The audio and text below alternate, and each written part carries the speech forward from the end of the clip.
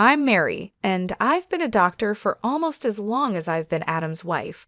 We've had our share of good times and tough moments, but those 32 years together passed by so quickly. Our home, big and warm, was always full of life, especially when our sons, Larry and Brian, were young. Larry and Brian were very different from each other, like night and day, but each brought their own kind of happiness into our lives. Adam and I, both being doctors, worked really hard to create a comfortable life for our family. Over the years, we managed to buy a couple of apartments, renting them out for some extra money. Life seemed to be going well until one day, Adam came home looking pale and more serious than I had seen him in years. "Mary, we need to talk," he said with a heavy tone as he put down his medical bag by the door. "I had some tests done last week. The results, they came back. It's cancer, Mary." The months that followed were a whirlwind of hospital visits, treatments, and endless hours spent in waiting rooms. Adam fought bravely, but the cancer was relentless. Watching the strongest man I knew weaken and fade away was heartbreaking. No amount of medical knowledge could prepare me for that kind of pain. One evening, as we sat quietly in the living room, Adam took my hand and said, "Mary, if things don't go the way we hope, you need to make sure everything is taken care of with the boys. The will is all set, and you'll be fine financially." Not long after that conversation, he was gone. The funeral was a solemn event, with family, friends, and colleagues coming from all over to pay their respects. But it was the quiet in the house after everyone left that hit me the hardest. The empty spaces where Adam used to be, his belongings still in their usual places, it was painful to see and remember. A few days after the funeral, I was in the kitchen, trying to figure out what to do with all the leftover food, when Larry stormed in, his face full of worry and anger. Brian followed behind him, looking like he wanted to be anywhere else but here. "Mom, we need to talk about Dad's will," Larry said, getting straight to the point, as he always did. I sighed and put down the cling film I was holding. "Yes, I know. Your father left everything to me. He wanted to make sure." I was trying to manage things when Larry slammed his hand on the counter and said, "But what about me and Brian? We're his sons. It's not fair that we get nothing." Brian stepped in, trying to calm things down. "Larry, let's not rush into this. Mom's still grieving, and we can sort this out without fighting." Larry shot him a look and said, "It's easy for you to say. You're not thinking about the future like I am." I leaned against the counter, feeling the weight of their stares. "Your father and I built this life together, and he trusted me to take care of things. But I understand what you're saying, Larry. It's not my intention to leave you out." "So what then?" Larry asked, crossing his arms and raising his voice. "Do we just wait until you decide it's the right time to give us our share?" "Larry, watch your tone," I snapped, my patience wearing thin. "I am still your mother." Brian stepped between us, holding up his hands like a referee. "Both of you, please. This isn't helping." "Mom, maybe there's a middle ground here." I nodded and rubbed my temples, thinking it over. "Okay, here's what we can do. The apartment's your father, and I invested in the ones downtown," I started, but Larry interrupted. "Yes, those." I gave him a look that told him to be quiet for a moment. "I was thinking you each take one. They're yours to live in or rent out, and from the savings, let's say $320,000 each to help you get started with whatever you need." Larry bit his lip, clearly doing the math in his head. "And the rest of the stuff? The house, the money?" he asked. "That stays with me for now," I replied. "When I'm gone, it will come to you, as your father wanted."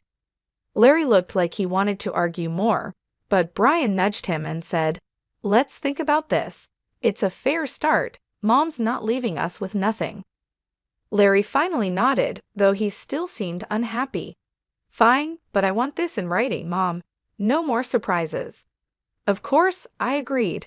"We'll get everything documented properly." As they left the kitchen, I could hear Brian whispering to Larry, "Give her a break, will you? She's doing her best." Larry muttered something under his breath that I couldn't catch, and honestly, I didn't really want to. As I washed up the dishes, I wondered if Adam could see us and what he would think. I hoped I was making the right choice, but only time would tell. And time, that tricky thing, isn't always on your side. It was a sunny afternoon, one of those rare days that makes everything feel okay, when Larry brought Julie over to meet me for the first time. They hadn't been dating long, but Larry was already head over heels for her. You could tell by the way he was fussing over her, which wasn't like him at all. They walked in, and right away, Julie had this confident air about her, like she owned the place. She was dressed up and strolled into my living room, with barely a hello, her eyes scanning everything around. "Nice place you've got here," she said, flipping her hair back as she sat down without waiting to be invited. Larry was sitting beside her, grinning like a fool. I forced a smile, trying to be a good host. "Thank you, Julie. Can I get you anything? Coffee, tea?" "Coffee sounds lovely," she replied, then turned to Larry. "Babe, make sure it's black, no sugar." Larry nodded and headed to the kitchen, leaving me alone with her in my own living room, feeling like I was the guest. The silence was awkward until she finally spoke. "So Larry tells me you're pretty well off," she said, looking around at the decor. "I'm used to a certain standard, you know. My parents made sure of that." "That's good to hear," I said, not really sure what else to say. Larry came back with the coffee and handed Julie her cup. She took a sip and made a face. It's all right. Anyway, we've been talking about our future together, planning ahead, you know." "That's wise," I said, glancing at Larry, hoping he'd give me some clue about where this conversation was going. Julie set her cup down and said, "Yeah, and speaking of planning, we've been thinking about the wedding. You know, I want something special. Larry has probably told you I saw this place that's perfect for a rehearsal dinner, but it's a bit pricey. It's about $50,000. I almost choked on my coffee. $50,000 just for the rehearsal dinner. Larry jumped in. "Mom, it's important to Lauren. We want to start things off right." I put my cup down, feeling a storm brewing inside. "Look, that's a lot of money for a dinner, Julie. We need to be reasonable." Julie's face hardened. "Reasonable? Larry says you have the means. I don't see why we should compromise on something that important." Larry was nodding along with her, but I could see the unease in his eyes. He knew he was asking too much. "I'm all for celebrating," I said, trying to keep my voice calm, "but $50,000 is more than I can justify." Julie stood up, her chair scraping loudly against the floor. "I'm not used to compromising on my standards, Mary." I made it clear to Larry that I expected a certain standard of living. Larry tried to calm things down. "Mom, maybe we can find a middle ground." "There's no middle ground on $50,000 for a dinner, Larry. That's final," I snapped, my patience running out. Julie picked up her purse and glared at me. "Fine, if that's how it's going to be, then maybe we need to rethink some things." They left soon after, and I sat there, stunned by what had just happened. The nerve of that girl, coming into my home, drinking my coffee, and telling me how to spend my money, it felt like a slap in the face, a wake-up call I wasn't prepared for. A few days later, I was out at the grocery store when Larry and Julie decided to drop by again. By the time I got home, Brian was awkwardly trying to entertain them in the living room. The tension in the air was so thick that it made me want to turn around and leave, but it was my house, so I gathered my courage and walked in. Julie, all dressed up as usual, handed me a list as soon as I put down my grocery bags. "Mary, we've thought a lot about the wedding gifts, and here's what we've decided on. I hope this will be easier for you to handle." I quickly looked over the list she handed me. It was surprisingly reasonable kitchen appliances, some nice china, even a couple of pieces of furniture. "This seems quite reasonable," I said, feeling a moment of relief. "I think these are wonderful choices, really." Larry looked at Julie with hope in his eyes, but just as I was about to discuss where we could buy these items, Julie's expression changed suddenly. She gasped, "Oh no, this isn't right. Give that back."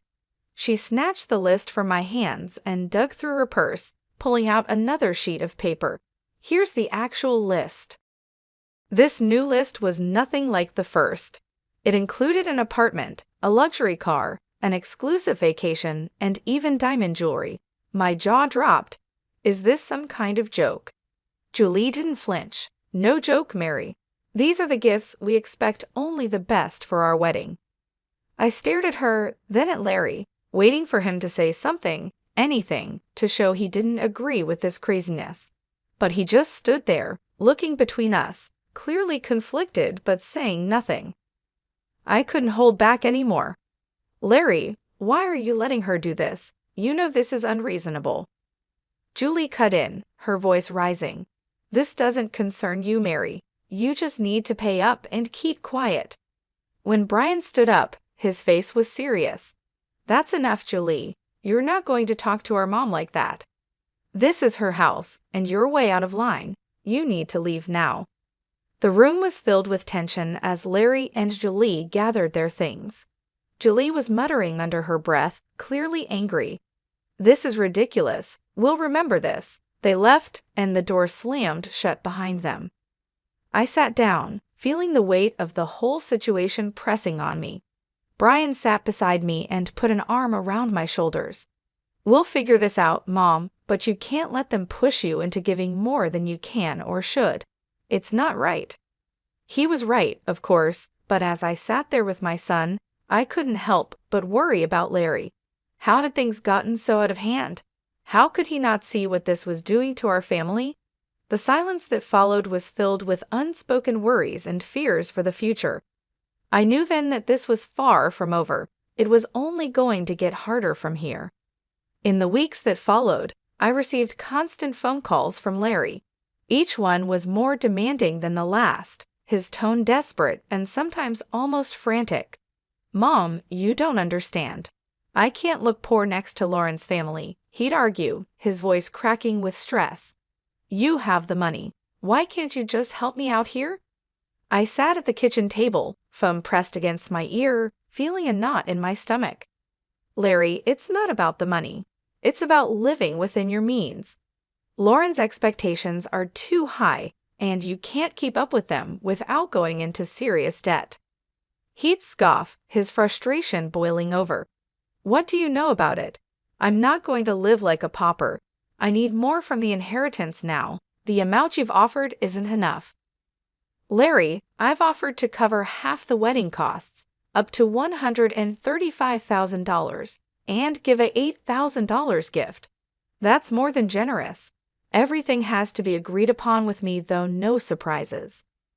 There was a pause, then a sharp laugh from him. "That's nothing. You're just being stingy. You have $1 million sitting there. Why are you holding out on me?" "Because it's not just about the money," I replied, my patience wearing thin. "It's about not feeding into this unrealistic fantasy that's going to ruin you." He yelled, loud enough that I had to pull the phone away from my ear. "I don't need this. I'll handle it my way. Forget you." And with that, the call ended. Months passed in silence. I tried to keep myself busy with daily routines, trying not to worry about Larry, but the peace was short-lived. One afternoon, the phone rang, and it was my sister-in-law, Hannah. "Mary, I thought you should know." Hannah's voice was hesitant, careful. "Larry is flying all the wedding guests to Bermuda. He sold his apartment to pay for it and expects you to get there on your own. He mentioned you weren't interested in helping." I hung up, a mix of anger and sorrow swirling inside me. How could he be so reckless? Before I could process it all, Brian came into the room, his expression serious. "Mom, there's something you need to hear." I recorded their conversation when they were sitting here in the living room. He handed me an audio recorder. I pressed play, and the voices of Larry and Julie filled the kitchen. "Your mom is just a nasty old woman with a fat wallet. We need to squeeze as much as we can out of her and then cut her off," Julie's voice said coldly. Larry's voice responded, just as chilling. "Whatever it takes, Lauren. I'm not going to let her control us. If it comes down to it, I'll kick her out in her underwear." I turned off the recorder, my hands trembling. Hearing my own son speak like that about me, his mother, was too much. The room spun as I tried to understand the depth of his betrayal. Deciding to fly to Bermuda wasn't easy, but Brian was by my side, both of us tense but determined to face whatever awaited us. When we landed and approached the venue, I was taken aback by the sheer extravagance of it all. Flowers everywhere, lights strung like stars across the evening sky, and music floating in the air. As we walked into the gathering, I spotted Larry and Julie mingling with the guests. They looked like the perfect couple, all smiles and laughter. My heart ached to see my son so lost in this artificial paradise. Before I could take another step towards them, Julie spotted us. Her smile vanished, replaced by a scowl as she marched over, her high heels clicking angrily against the stone pathway. "You shouldn't be here," she hissed, stopping just inches from me, her voice loud enough to draw attention. "This is my day, and you're not welcome." I was stunned, but before I could respond, her parents, who had overheard everything, came over. Her father, a tall and stern-looking man, spoke first. "Julie, that is no way to speak to your guest, especially not to Larry's mother." His tone was firm, and it made her cheeks flush with embarrassment. Her mother, looking just as upset, turned to me with an apologetic smile. "Mary, please come with us. Let's find you a place to sit." They guided us away to a table at the edge of the setup. It was clear that this spot was an afterthought, with no proper setting. The ceremony started soon after, with speeches that felt empty given the tension. Then, unexpectedly, I was handed the microphone. I stood up, my legs shaky but my resolve firm. "I came here today to wish my son and his new wife a happy future," I began, my voice steady despite how I felt inside. "But I also believe in honesty and integrity, qualities that have been sadly missing in the events leading up to this day." Julie's face went from pink to red, her eyes glaring at me with anger. I was asked for money, time and again in amounts that no reasonable person would find justifiable. When I couldn't meet these demands, I was threatened with being cut off from my family and future grandchildren. My voice cracked a little, but I continued. Brian, seeing my distress, stepped closer and put a supportive hand on my shoulder. I nodded at him, then played the audio recording he had made. Julie's voice filled the air, cold and calculating, discussing how they would get more money from me. Larry's voice agreed, saying he was willing to leave me with nothing for the sake of his bride. The crowd murmured, shocked and disapproving. I turned off the recorder, and the silence was heavy. I gave my son an apartment and $35,000, and yet it was never enough. Today, I'm making it clear that I will not be treated as an ATM or threatened. I am disowning Larry and Julie. I wish them well, but from this day forward, I am choosing to remove myself from their lives. The reaction was immediate. Julie screamed, her voice shrill and wild. "You've ruined my wedding. I curse you." After everything that had happened, coming back home was bittersweet. In the quiet, I made a decision that even surprised me. I quit my job. I had spent years healing others as a doctor, but now it was time to heal myself and rebuild the life that recent events had shaken. Brian, bless his heart, had just graduated from art college and was full of ideas and ambition. With the $37,000 I gave him, Brian opened his own tattoo parlor. It wasn't just any shop, it quickly became a place where art and skin came together in beautiful ways. Brian put his heart and soul into his work, and it paid off. He started entering tattoo contests, and soon his name was on everyone's lips in the local community. Before we knew it, he was opening more locations, creating a network of salons that became a hotspot for tattoo enthusiasts. I'd watch him sketch late into the night, his dedication a sharp contrast to the chaos his brother had chosen. "You're doing amazing, Ollie," I'd say, pride swelling in my chest. During these peaceful months, Larry reappeared one afternoon. He showed up at the door, his eyes tired, His shoulders slumped a far cry from the ambitious, sharp man he used to be. "Mom, I need to talk," he said, not waiting for an invitation to sit down. His voice was weary, so different from the demanding tone I had grown used to. I sighed and motioned for him to continue. "What is it, Larry?" "It's Lauren. She's driving me crazy, wanting more and more. Nothing's ever enough. I got a second job, but it's still not enough for her." His words were filled with desperation, but they couldn't erase the past so easily. "Larry, I warned you. I told you that living like that with someone like her was unsustainable." He rubbed his face, frustration clear. I know you did, but I thought," his voice trailed off, hopelessness replacing any explanation. "Thought what?" "That money would just appear because you wanted it to." My tone was harsh, years of pent-up frustration making it hard to soften my words. "Look at your brother. He started with the same amount and made something of himself without stepping on others." Larry bristled. "Yeah, well, not everyone's like Brian, are they? I have rights to the inheritance too, remember? And when you're gone, it'll come to me." That was the last straw. "Get out, Larry," I said, my voice cold and firm. "And don't come back. Not this time. You chose your path." His jaw tightened, and for a moment, I thought he might argue, but then he turned and walked out, the door slamming shut behind him. As I stood in the silence that followed, Brian came downstairs, having heard the last part of our exchange. "Are you okay, Mom?" he asked. I nodded, wrapping my arms around him. "I am now, thanks to you. Let's just focus on the good we can do and the life we can build." He hugged me back, his presence a comforting reminder that not everything was lost in that moment. I knew that despite the heartaches, the journey was still worth it. We had each other, and that was enough to keep moving forward. After the storm with Larry had passed, our home settled into a calm I hadn't felt in years. It was during this peaceful time that Brian brought someone special home. Her name was Joyce, and she was everything Julie wasn't: kind, humble, and genuinely caring. As the weeks turned into months, their relationship grew stronger, and soon they announced their engagement. The wedding was nothing like Larry's extravagant affair.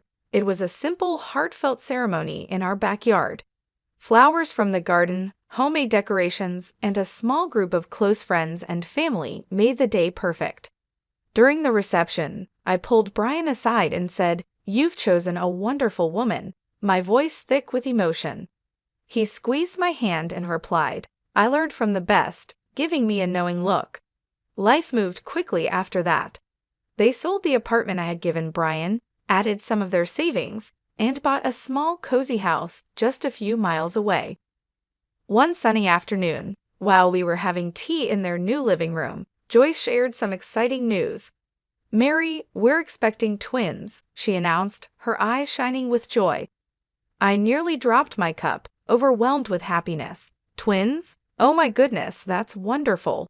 Brian beamed, his pride evident. "We wanted you to be the first to know. We're really happy, Mom." "Twins," I repeated, letting the words sink in.